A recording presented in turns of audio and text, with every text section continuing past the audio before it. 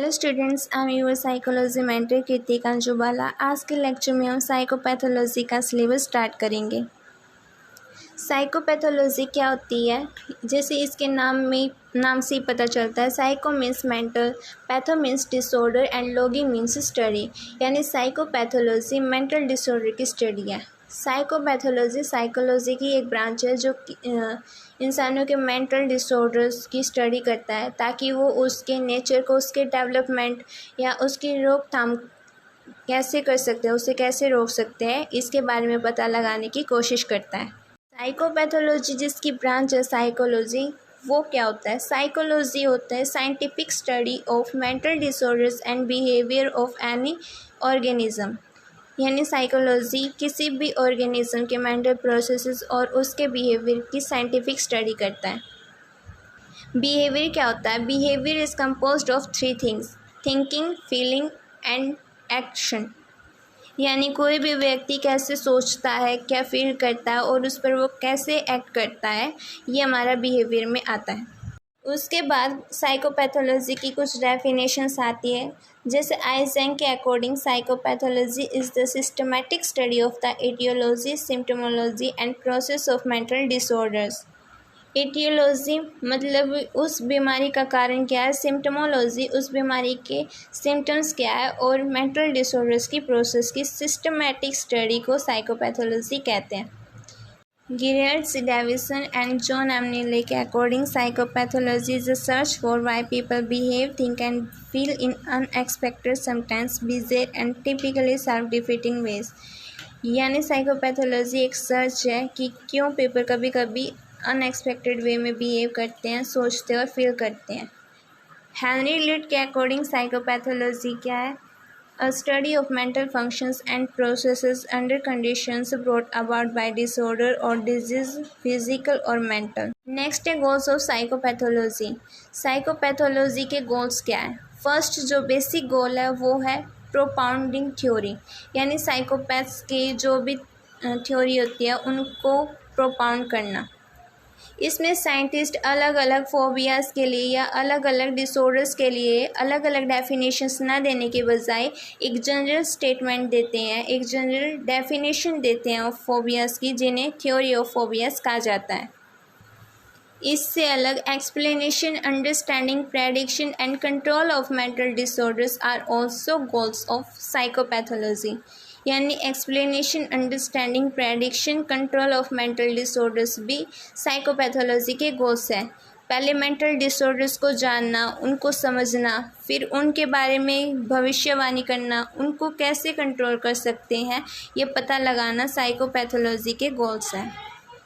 और in mental disorders को रोकने के लिए जो भी संभव प्रयास किए जा सके, जो भी ट्रीटमेंट की जा सकती है, उनको खोजना, उनकी रिसर्च करना साइकोपैथोलॉजी का गोल है। नेक्स्ट है हिस्ट्री ऑफ साइकोपैथोलॉजी। एग्ज़ाम के पॉइंट ऑफ व्यू से इम्पोर्टेंट नहीं है, लेकिन साइकोपैथोलॉजी की जो हिस्ट्री है वो बहुत पुरानी और बहुत वाइडली एक्सपेंडेड है। साइकोपैथोलॉजी की हिस्ट्री को 4 टाइम पीरियड में डिवाइड किया गया: primitive age, ancient civilisation period, medieval and reappearance of scientific trends in Europe. पहला प्रिमिटिव एज, लगभग 500 BC तक लोगों का यही मानना था कि संसार में जो कुछ भी होता है वो सुपर नेचुरल पावर्स के कारण होता है। उनका मानना था कोई भी व्यक्ति अगर नॉर्मल बिहेव कर रहा है, इसका मतलब उस पर भगवान की कृपा दृष्टि है और वो इंसान अच्छे काम करता है, इसलिए वो नॉर्मल बिहेव करता है।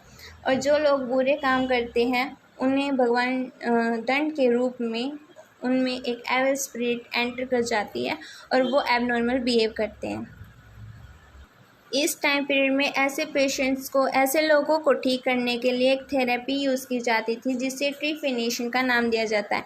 इस थेरेपी में जो भी रोगीग्रस्त व्यक्ति होता था उसके सिर में होल बना देते थे और किसी शार्प स्टोन के पीस के साथ, और उनका मानना था कि जो भी एविल स्पिरिट होगी वो पूरी मतलब बॉडी से निकलकर उसके जो होल बनाया उस होल से निकलकर बाहर चली जाएगी और जो उसकी आत्मा वो फिर से एंटर कर जाएगी और वो इंसान फिर से नॉर्मल हो जाएगा।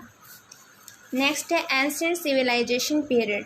ये जो युग है या काल है वो 500 BC से लेकर लगभग 200 AD तक का रहा है। इसमें ग्रीक और इजिप्टियन सिविलाइजेशन डेवलप हो रही थी, जिसके कारण ट्रेडिशनल अप्रोचेस को डेवलप किया जा रहा था मेंटल इलनेस को लेकर। इस युग में साइकोटिक पर्सन या साइकोपैथ को डेविल पोजेस्ड नाम दिया गया। इसमें भी लोग यही बिलीव करते थे कि जिस पर भगवान खुश होता है, जो अच्छा काम करता है, उसके बिहेवियर को प्रूडेंट बना देते हैं, विवेकवादी बना देते हैं। ऑन द कॉन्ट्रेरी, जो इंसान गलत काम करता है, पाप करता है, उसको दंड स्वरूप एविल स्पिरिट एंटर कर जाती है और इससे छुटकारा पाने के लिए लोग विच क्राफ्ट यानी जादू टोनों का सहारा लेते थे।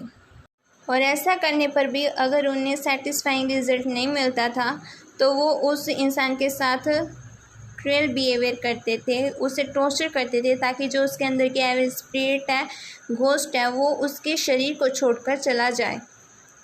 इस युग में ग्रीक और इजिप्ट के कुछ स्कॉलर्स थे जो साइकोपैथोलॉजी डेवलपमेंट से इन्फ्लुएंस थे। जैसे होमर है। होमर ग्रीक का स्कॉलर था। उन्होंने एक्सप्लेन किया कि कोई भी इंसान है जो गॉड के अगेंस्ट जाता है, उसे गॉड पनिश करते हैं, जिसके कारण वो न्यूरोटिक बिहेवियर करता है। ऐसे पेशेंट को एस्क्लेपियस नामक के गॉड के मंदिर में ले जाया जाता था ट्रीटमेंट के लिए, और वहीं उसे रुकना होता था, सोना होता था। और वह माना जाता था कि जो गॉड है वो उसके सपनों में आते हैं उसे ठीक करने के लिए। नेक्स्ट है हिपोक्रेट्स। हिपोक्रेट्स एक महान ग्रीक फिलोसोफर था जिसने डिमोनिसिज्म को मना किया, यानी जो भी उन पर अत्याचार किए जाते थे पेशेंट्स पर, उनको मना किया। और उन्होंने बताया कि जो साइकोपैथ्स होते हैं वो ब्रेन के डिसऑर्डर्स के कारण होते हैं, ना कि कोई दैवीय शक्ति के कारण। उन्होंने ये क्लियर किया कि एपिलेप्सी यानी मिर्गी जो है वो एक ब्रेन की डिजीज़ है, ना कि कोई डिवाइन पावर का कोई इफेक्ट है। सेकंड, हिस्टीरिया जो है वो एक मेंटल डिजीज़ है।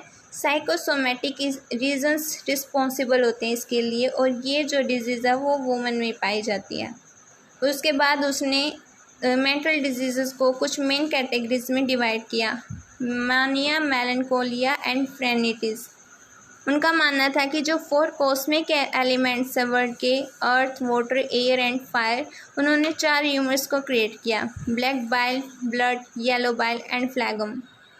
अगर किसी भी व्यक्ति में इन चारों ह्यूमर्स में से कोई भी इनबैलेंस होता था, वो मेंटल डिजीज़ का शिकार हो जाता था। जैसे जो ब्लैक बाइल के प्रीडोमिनेंस लोग थे उन्हें मेलनकोलिक कहा जाता था। ये ज़्यादातर डिप्रेस रहते थे, सैड रहते थे, पैसिमिस्टिक और लेज़ी थे। जो ब्लड के प्रीडोमिनेंस थे उन्हें सैंग्विन कहा जाता था। ये लोग optimistic, questioning, faithful, full of vitality and friendly nature के होते हैं। जो लोग येलो बाइल से प्रीडोमिनेंस होते थे वे गुस्सैल होते थे, वो इरिटेबल और एक स्ट्रॉन्ग इमोशनल स्टेट वाले होते थे और जल्दी उन्हें गुस्सा आ जाता था। जिन लोगों में फ्लैगम ज़्यादा होता था उन्हें फ्लैगमेटिक कहा जाता था। ये जो इंसान है वो careless, slow in nature, emotionally detached and cold blooded होते थे। नेक्स्ट है प्लेटो। प्लेटो ने लोगों को इंटेलेक्चुअल और अदर साइकोलॉजिकल क्वालिटीज़ के बेस पर क्लासीफाई करने की कोशिश की। उन्होंने नॉर्मल पीपल और क्रिमिनल्स में डिफरेंस किया और बताया कि सोशल और कल्चरल फैक्टर्स भी किसी भी इंसान के बिहेवियर को इन्फ्लुएंस करते हैं। उन्होंने बताया कि जब किसी भी इंसान में इमोशंस और उसके रीजनिंग के बीच में कन्फ्लिक्ट हो रहा होता है या फिर दोनों इनबैलेंस हो रहे होते हैं, तब वो डिस्टर्ब बिहेवियर शो करता है।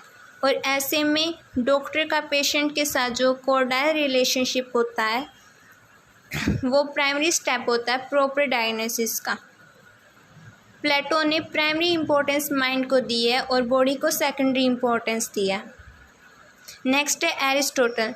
एरिस्टोटल प्लेटो के डिसिपल थे, प्लेटो के शिष्य थे। उन्होंने प्लेटो के आइडियाज़ को रिजेक्ट करके हिपोक्रेट्स के आइडियाज़ को बढ़ावा दिया। उन्होंने क्रूड फिजियोलॉजिकल नॉलेज को रीज़न के फिलोसॉफिकल आइडियाज़ के साथ कंबाइन किया। उन्होंने बताया कि जो रीजनिंग है वो इटर्नल और नॉन मैटेरियल चीज़ है जो मेंटल इलनेस के द्वारा अफेक्ट नहीं होती, इसलिए सिर्फ बायोलॉजिकल फंक्शंस ही इसका रीज़न होते हैं मेंटल डिसऑर्डर्स के जो अराइज करते हैं। उनका भी यही मानना था कि ह्यूमन बॉडी में जो 4 ह्यूमर्स होते हैं उनके इम्बैलेंस होने के कारण ही मेंटल डिजीज़ होती है। नेक्स्ट है एलेक्जेंडर। एलेक्जेंडर भी प्लेटो का शिष्य था, जिसके एफर्ट्स के फलस्वरूप मेडिकल साइंस में इंक्रीमेंट हुआ। उस समय में कई मॉडर्न हॉस्पिटल्स बनाए गए, जिनमें एंटरटेनमेंट, एक्सरसाइज जैसी फैसिलिटीज़ प्रोवाइड की गई और जिसका इन्वायरमेंट भी ब्यूटीफुल और प्लेजेंट रखा गया। इस समय पेशेंट्स को इम्प्रूव करने के लिए massage, hydrotherapy, diet control, हाइप्नोसिस, education जैसे मेथड्स को यूज़ किया जाता था ताकि पेशेंट्स की कंडीशन में इम्प्रूवमेंट हो। हाइड्रोथेरेपी मतलब जिसमें एडिक्वेट यानी कि पानी के गेम एक्टिविटीज़ कराई जाती थी ताकि जो पेशेंट है उसकी स्किल्स को इंक्रीज़ किया जा सके। स्टिल इस पीरियड में भी कुछ डॉक्टर्स ऐसे थे जो इन मेंटल डिजीज़ को फिज़िकली टॉर्चर के थ्रू ठीक करना चाहते थे। नेक्स्ट है एस्क्लेपियाड्स, जो रोमन क्लिनिशियन थे। सबसे पहले उन्होंने एक्यूट और क्रोनिक डिसऑर्डर्स को डिफ्रेंशिएट किया। एक्यूट डिसऑर्डर्स वो होते हैं जो शॉर्ट टर्म डिसऑर्डर्स होते हैं। क्रोनिक डिसऑर्डर्स वो होते हैं जो लॉन्ग टर्म डिसऑर्डर्स होते हैं। सेकेंडली उन्होंने ये क्लियरफाई किया कि इल्यूज़न, डिल्यूज़न और हैलुसिनेशन में क्या डिफरेंस होता है। इल्यूज़न जो होता है वो मिसपरसेप्शन होता है रियल एक्सटर्नल स्टिमुलस का। डिल्यूज़न फॉल्स बिलीव्स होता है जो रियल स्टिमुलस या सेंसर्स को इन्वॉल्व करते हैं। हैलुसिनेशन क्या होता है, फॉल्स सेंसरी परसेप्शन होता है जो बिना किसी रियल एक्सटर्नल स्टिमुलस के एक्सपीरियंस किया जाता है। नेक्स्ट उन्होंने साइकेट्री के फील्ड में ह्यूमनिस्टिक अप्रोच को अपनाया। उन्होंने स्विंग नाम की डिवाइस का निर्माण किया जो मानिया जैसे डिसऑर्डर के ट्रीटमेंट के लिए यूज़ किया जाता था। उन्होंने साउंड बाथ मेथड को सपोर्ट किया। साउंड बाथ मेथड क्या होता है, ये एक फुल बॉडी मेडिटेटिव एक्सपीरियंस होता है जिसमें पेशेंट को लेटा दिया जाता है और उसे एक रेजोनेंट साउंड जैसे सिंगिंग बाउल जैसी साउंड सुनाई जाती है। नेक्स्ट है एरिटाइज। एरिटाइज ने सबसे पहले इस फैक्ट को हाईलाइट किया कि जो मेंटल इलनेस है वो नॉर्मल पर्सनैलिटी ट्रेट के एक्सटेंशन के कारण होता है। उन्होंने ये पॉइंट आउट किया कि मानिया और मेलनकोलिया जो है वो 2 अलग अलग बीमारी न होकर एक ही बीमारी के 2 डिफरेंट फॉर्म्स है। एरिटाइज ने डिफरेंट डायग्नोसिस को एक न्यू फॉर्म में प्रेजेंट किया है। उनकी क्रैपलिन की जो क्लासिफिकेशन है वो सिर्फ एक साइंटिफिक फॉर्म है एरिटाइज की क्लासिफिकेशन का। नेक्स्ट है गैलन। गैलन ने कई फंडामेंटल डिस्कवरीज की है नर्वस सिस्टम से रिलेटेड जो मेंटल डिसऑर्डर्स को या डिजीज़ को एक्सप्लेन करने की कोशिश करता है। उन्होंने मेंटल डिजीज़ के कोजेस को भी 2 कैटेगरी में डिवाइड किया है, फिजिकल और mental. Injury to the brain, excessive drinking, menopause, financially distress, failure in love etcetera are the causes of mental disorders. उन्होंने drug therapy, exercise, moral education जैसे techniques को इम्पोर्टेंस दिया है मेंटल डिसऑर्डर्स की treatment में। इसलिए कहा जा सकता है कि इस युग में साइकोपैथोलॉजी की जो डेवलपमेंट है उसमें काफ़ी प्रोग्रेस हुई है। नेक्स्ट जो टाइम पीरियड है वो मेडिवल एज का है जो 200 AD से लेकर 1500 AD तक रहा। गैलन की डेथ के बाद ग्रीक और रोम में फिर से डार्क एजेस का युग शुरू हुआ। इस युग में जो धार्मिक गुरु थे, चर्च के बिलीव्स थे, वो इतने डोमिनेंट हो गए कि जो कोई भी उनके अगेंस्ट अपनी आवाज़ उठाता उन्हें पनिशमेंट दी जाती थी।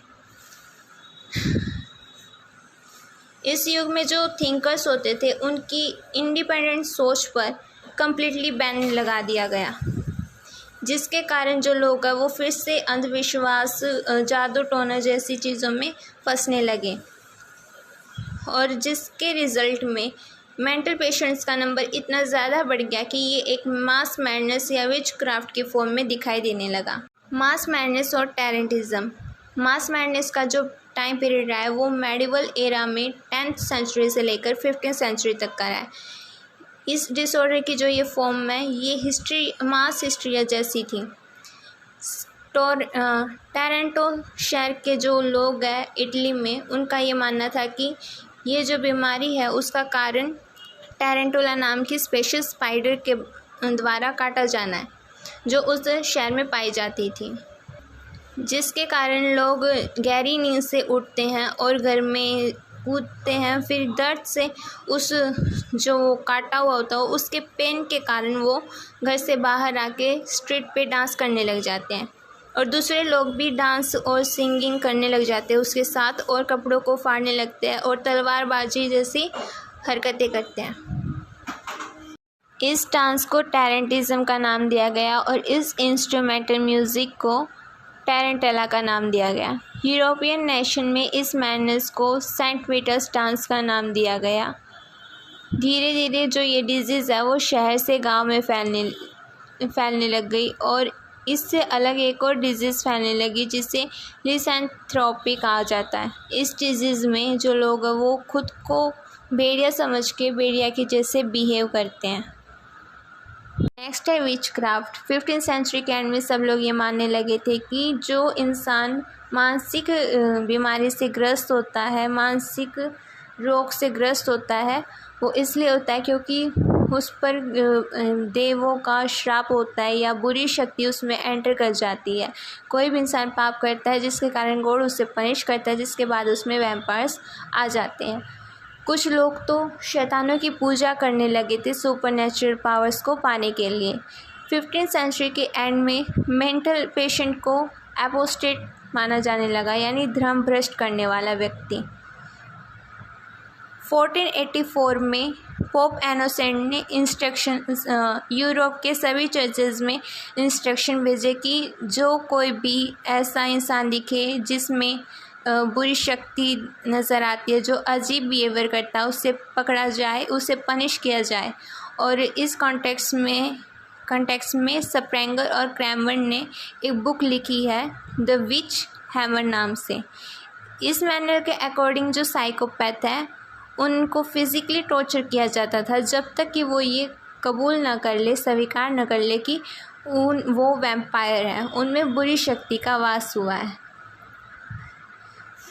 उसके बाद उन्हें पनिशमेंट दी जाती थी। उनके बॉडी पार्ट्स को एक के बाद एक काट दिया जाता था, या तो उन्हें लटका कर जला दिया जाता था या फिर उन्हें जिंदा ही जला दिया जाता था। नेक्स्ट है reappearance of scientific trends in Europe. Europe में फिर से साइंटिफिक ट्रेंड्स का डेवलप होना। 16th सेंचुरी को यूरोपियन सिविलाइजेशन का पुनर्जागरण काल कहा जाता है।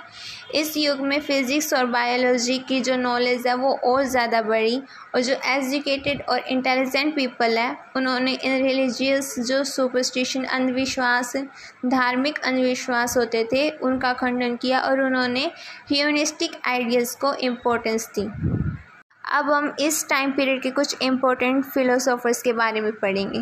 फर्स्ट है पैरासेल्सिस। पैरासेल्सिस स्विट्ज़रलैंड के स्कॉलर थे।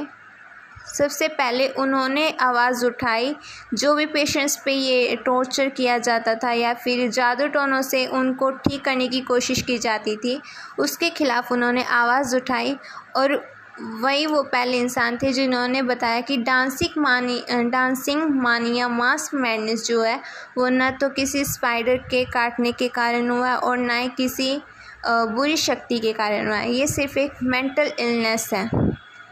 उन्होंने हेवनली बॉडी से रिलेटेड कुछ आइडियाज़ एक्सप्रेस किए और बताया कि स्टार्स में अट्रैक्शन पावर होती है जो ह्यूमन माइंड और उनके पूरे शरीर को अफेक्ट करती है। लेकिन उस टाइम पर उनके इस आइडियाज़ को इतना बढ़ावा नहीं मिला, लेकिन बाद में मेस्मर ने उनकी इस थ्योरी के साथ इनकॉर्पोरेट किया अपनी बॉडी मैग्नेटिज्म की थ्योरी में और बाद में ये प्रिंसिपल साइकोजेनिक आइडियोलॉजी का कॉर्नरस्टोन बना। नेक्स्ट है Johann Weyer. Weyer was a German physician. उन्होंने भी अपनी बुक पब्लिश की 1553 में, जिसमें उन्होंने मेंटल पेशेंट्स के लिए जो इनह्यूमन ट्रीटमेंट और सेवियस ट्रीटमेंट किया जाता था उसका अपोज किया। लेकिन चर्च ने उनकी लेखनी पर, उनके टेक्स्ट पर पाबंदी लगा दी, रिस्ट्रिक्शंस लगा दिए। वेयर जो है मॉडर्न साइकोपैथोलॉजी के फादर के रूप में जाने जाते हैं। नेक्स्ट है रेजिनॉल्ड स्कॉट। स्कॉट ने भी एक बुक कंपोज की जिसका नाम था डिस्कवरी ऑफ विच क्राफ्ट, जिसमें उन्होंने विच क्राफ्ट, साइकोमेंसी और जो भी अलग धार्मिक अंधविश्वास थे उनका खंडन किया, उनको अस्वीकार किया। लेकिन जो एम्परर जेम्स है उस टाइम में उन्होंने उनके आइडियाज़ को अगेंस्ट टाइम और सोसाइटी के अगेंस्ट मानकर उनके लिटरेचर को जला दिया गया। नेक्स्ट है Saint Vincent de Paul. Paul जो है वो भी फ्रांस के एक धार्मिक गुरु थे। उन्होंने एक्सप्लेन किया कि जैसे फिज़िकल इलनेस एक बीमारी होती है वैसे ही एक मेंटल इलनेस भी बीमारी ही होती है। उन्होंने मेंटल पेशेंट्स पे जो भी अत्याचार होते थे उनके अगेंस्ट धार्मिक मूवमेंट्स को इंक्रीज़ किया। उन्होंने 1632 में पेरिस में एक आश्रम की स्थापना की जिसमें मेंटल पेशेंट्स का ट्रीटमेंट किया जाता था और उन्हें ठीक किया जाता था धार्मिक रिचुअल्स या पूजा पाठ के माध्यम से। नेक्स्ट है establishment of mental hospitals. Henry ने पहला मेंटल हॉस्पिटल की स्थापना की थी इंग्लैंड में। उन्होंने सेंट मैरीज मोनेस्ट्री को मेंटल हॉस्पिटल में कन्वर्ट किया जिसे बदलाम के नाम से जाना गया। जो पेशेंट्स थे वो यूजुअली इंग्लैंड की सड़कों पर भीख मांगते थे। इन हॉस्पिटल्स का यूज़ एक एग्जीबिशन के जैसे किया जाने लगा। सामान्य जो लोग थे वो इन पेशेंट्स के डिसऑर्डर्स को देखने के लिए हॉस्पिटल्स में आते थे फाइन पे कर।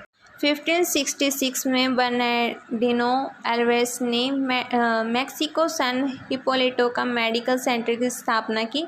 उसके बाद मॉस्को में मेंटल हॉस्पिटल की स्थापना की गई। उसके बाद वर्जीनिया फिर वीना में स्थापना की गई। लेकिन इन हॉस्पिटल्स में पेशेंट्स को ठीक करने के लिए जो ट्रीटमेंट किया जाता था वो इनप्रॉपर अरेंजमेंट और अनडिज़ायरेबल था, जिसको सुधारने के लिए कुछ साइंटिस्ट ने कोशिशें की। First Philippe penal.